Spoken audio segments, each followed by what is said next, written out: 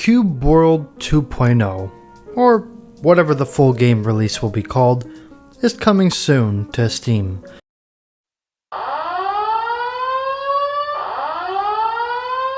And as fate would have it, closed beta for Cube World is coming September 23rd. If you are an alpha owner, you head over to your Pick Roma account, log in under My Games, is a Steam access.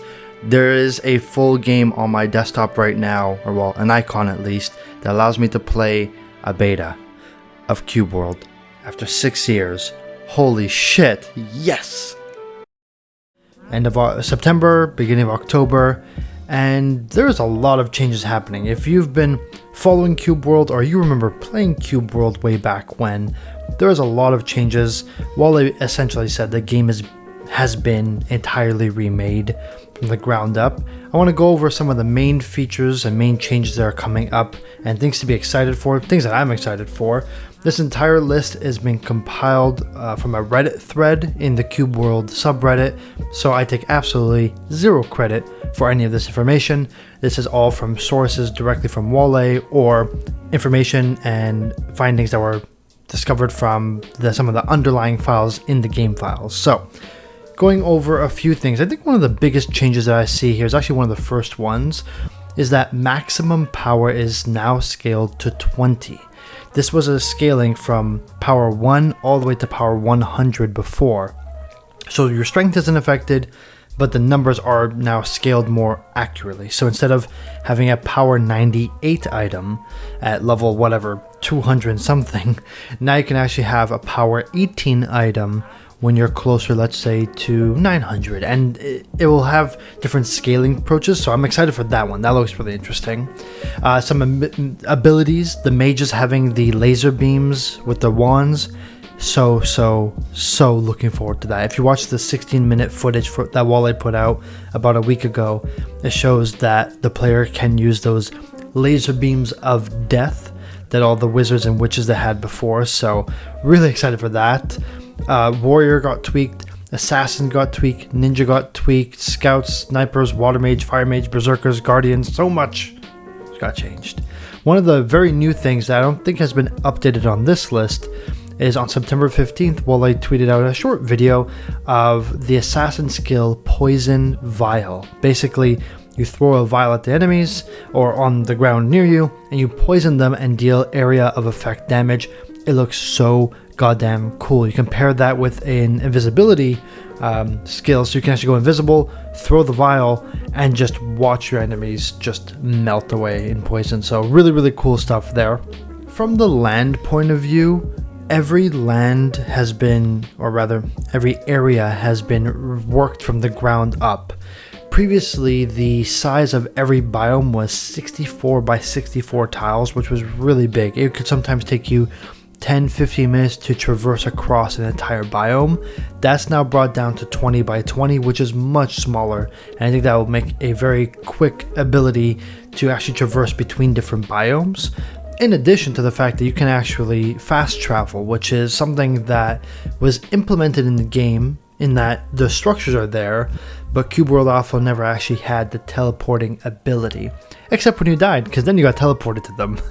Each land now has a power level which determines the average power of the creatures and dungeons, so you can choose the difficulty yourself, knowing that this land is power level 10 and the other land is power level 12 and you are power level, let's say 16. Then you know, okay, so power level here, power level there, I'm going to actually go into this one because this is closer to my level, or I want to farm XYZ, I'm going to go to this area. So land is now determined by a power level, which determines the rest of the creature's areas. So that's pretty cool, as opposed to walking in, one biome has 4 different quest markers, and all of them are +4 humans, and you are effed in the A because you can't do anything because you're level 6 with your spitter dying every 14 seconds. Underworld Caverns is something he's working on. I'm not sure if that's been fully released, fully confirmed, or rather confirmed for the new version. So that would look really interesting though. Kind of interested about seeing how he would incorporate Underworld Caverns. If that's more like the Nether equivalent in Minecraft. But he's looking at different areas how to actually enter this underworld. So I think it would make it sense that it's still part of Cube World, regular world. You don't have to go through any portals or dimensions. It's just a different area to enter. The overall world map has been reworked, and I think the ability to look at certain parts of the map in different scales, like seeing different biomes, seeing very, very minute details, is really, really interesting and a good feature, good change that allows you to explore each biome more in depth. Lava and lava swimming, that'd be interesting. Moving on to creatures, naming and coloring of creatures and dungeons is now analog to items. Being a blue undead plus 18 means that he has power level 18 and is likely to drop plus 18 items of blue quality. So it's going to be very easy to distinguish and identify what you're going to be getting from X mob. If you see a red human plus 16, you can expect that you're going to get a higher quality tier weapon or loot from that enemy because it's a harder enemy, which I think is really cool. I like that. There's new creatures: giraffe, flamingo, a lion, a baby elephant, mammoth, and a baby toucan, at least. Quests. This is a huge, massive overhaul to the quest system. The quest system in Cube World Alpha is very primitive, extremely primitive. It actually has been reworked to be a fully fleshed out quest system, which makes a lot more sense. And there's so many different things you have to kind of watch or read the subreddit thread that's there.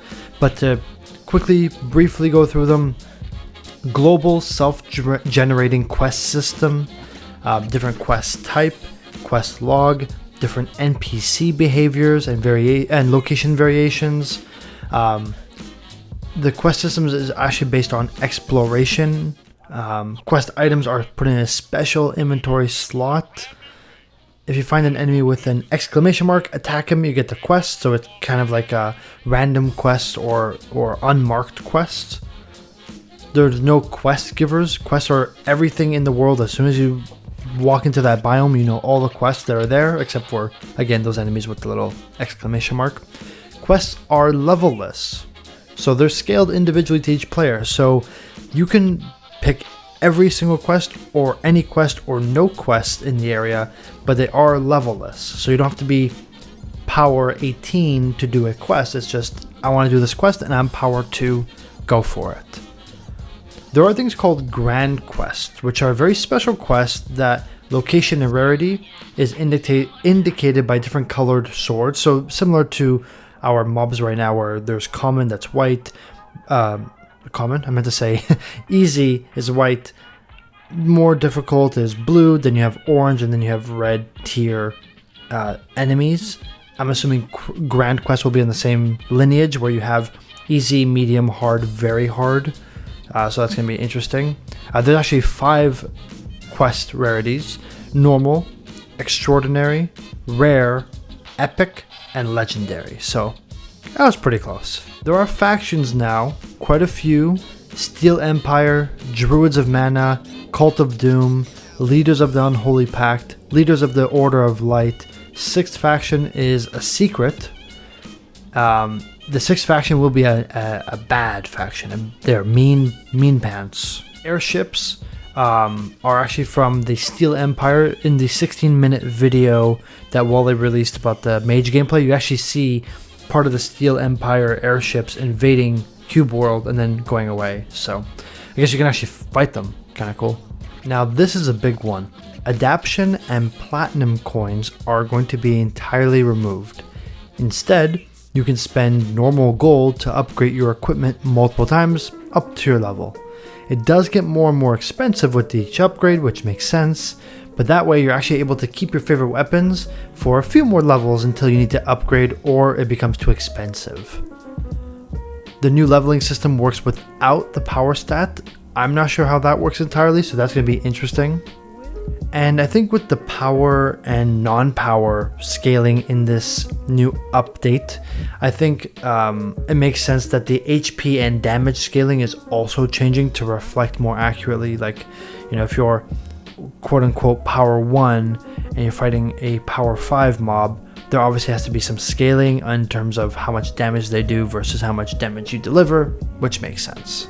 There is a new function that is accessible to everyone called /DPS, DPS being damage per second, which actually allows you to see a damage meter to see how much damage you're actually doing, so you can calculate yourself what's the best and more optimal loadout. Hang glider physics did get tweaked. You can see this again in the 60-minute video. The hang glider now dips as it loses velocity and speed, which makes sense as opposed to kind of gliding like it did before, so that's kind of cool.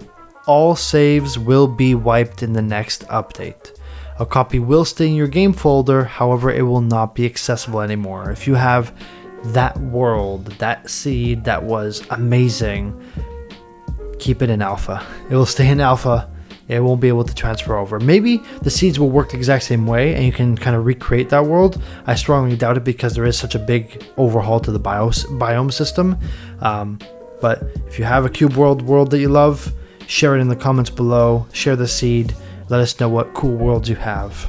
And there are so many here. If I had to guess, there's probably almost 80 points here of change, and all the sources are in the comments or linked to the comment as well. So strongly recommend, go to the description below, click the link, read the entire update. It's super awesome. The community, even though the game has not been out for 6 years, the community still is excited and raring to play this new version of Cube World that people go out of the way to find every little thing, every new thing, every difference, every improvement, every tweak, so that we can get an understanding of what this game is going to look like after it's had time to marinate, to develop, to be worked on, and to be fully released, I think the way that Wale and his wife Sarah intended for the game to be released. If this is something you enjoyed and you'd like to see more, hit the subscribe button, the like button, and